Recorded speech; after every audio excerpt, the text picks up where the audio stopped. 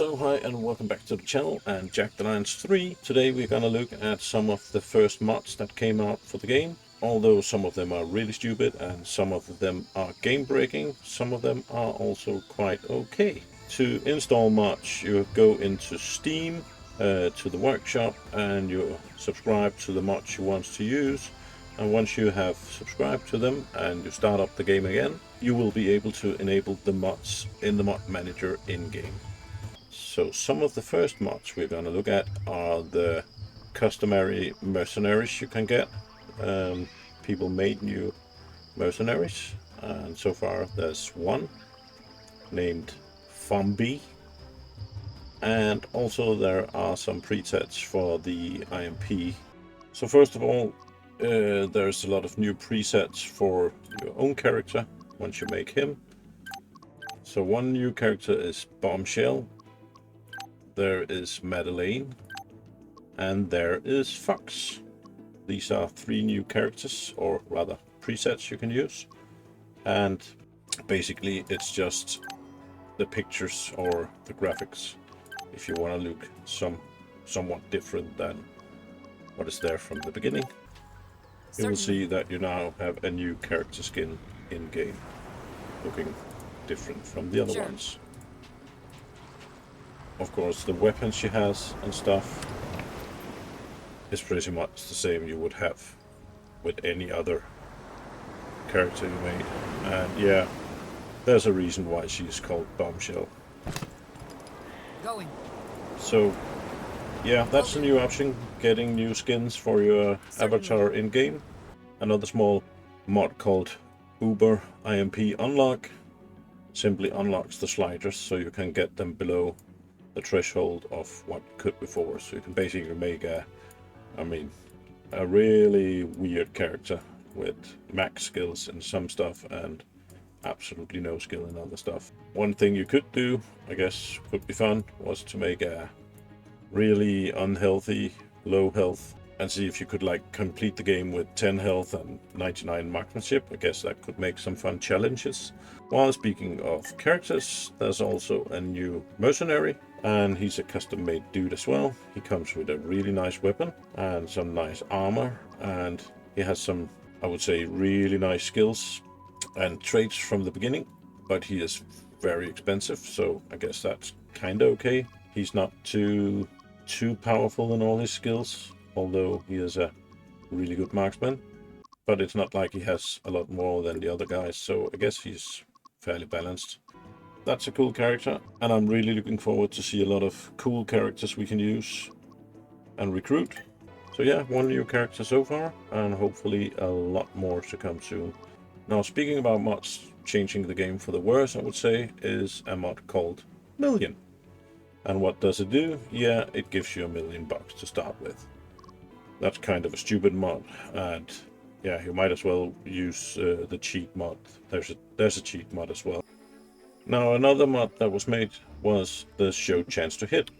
For those of you who played Jagged Alliance 1 and 2, you know that when you were aiming, you could see your chance to hit. So now I have a 71% chance to hit, and if I boost it up, we can get up to 100%. It pretty much takes out the guessing if you can hit or not, or if you actually have a chance of hitting. So if we just look at it and don't want to use too much AP, we already know now that we have a 97% chance to hit the torso. We can actually see that marksmanship is 87% and the more experience is 10%. So if we boost it up 1, we should be able to hit with 100% guarantee. And we did. Now, this kind of takes the guessing out of the game a bit, and we can even see the chance of a mishap when throwing a grenade. So I have a 12% mishap chance. I would say this is kind of cheating because the game wasn't intended to work that way. I know that people who played Jagged Alliance 1 and 2 might like this chance to hit percentage, so yeah, feel free to use it if you feel you want it. It will certainly make the game a lot easier, that's for sure, because you will use a lot fewer AP to get guaranteed hits, and you will know when the chance to hit is absolutely almost impossible.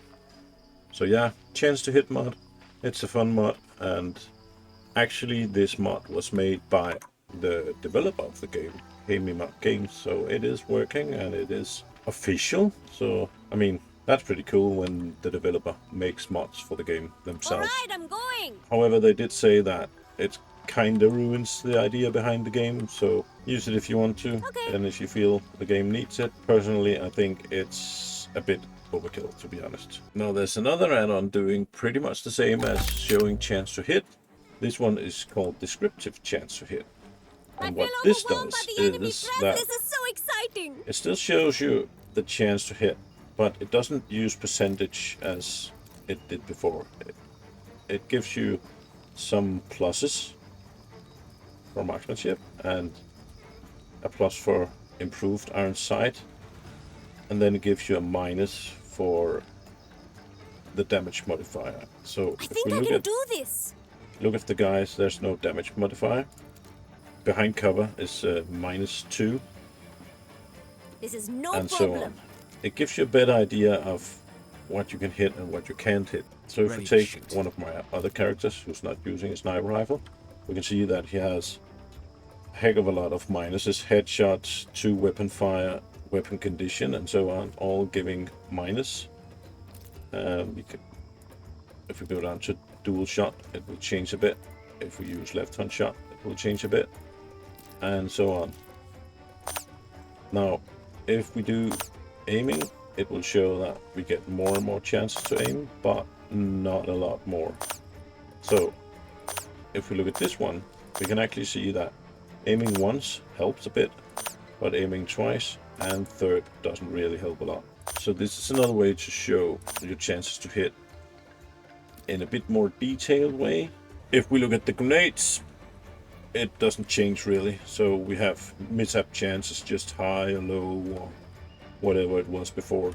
It will give you some more info on what the armor means and what his status of wounded means.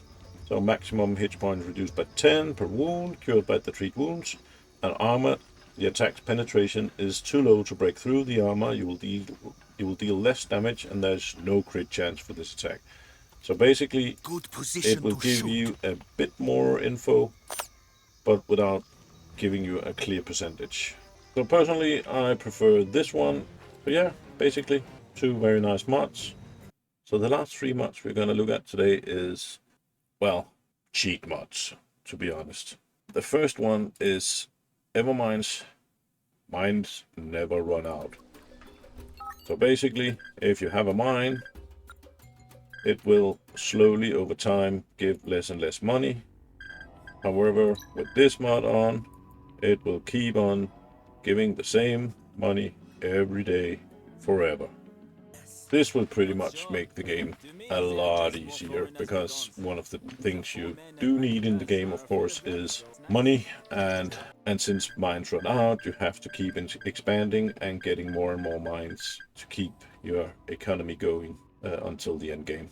And having this mod on will just make the game a lot easier.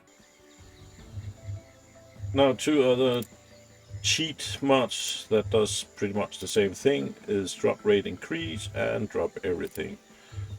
Whereas drop everything has changed the drop rate for everything to 100%, which I'm not sure means that you get everything all the time, but you will get the possible loot from the loot table of each individual enemy more often, at least. And drop rate increase just ups the drop rate a little bit: ammo 40%, firearms 35%, armor 20%, and so on.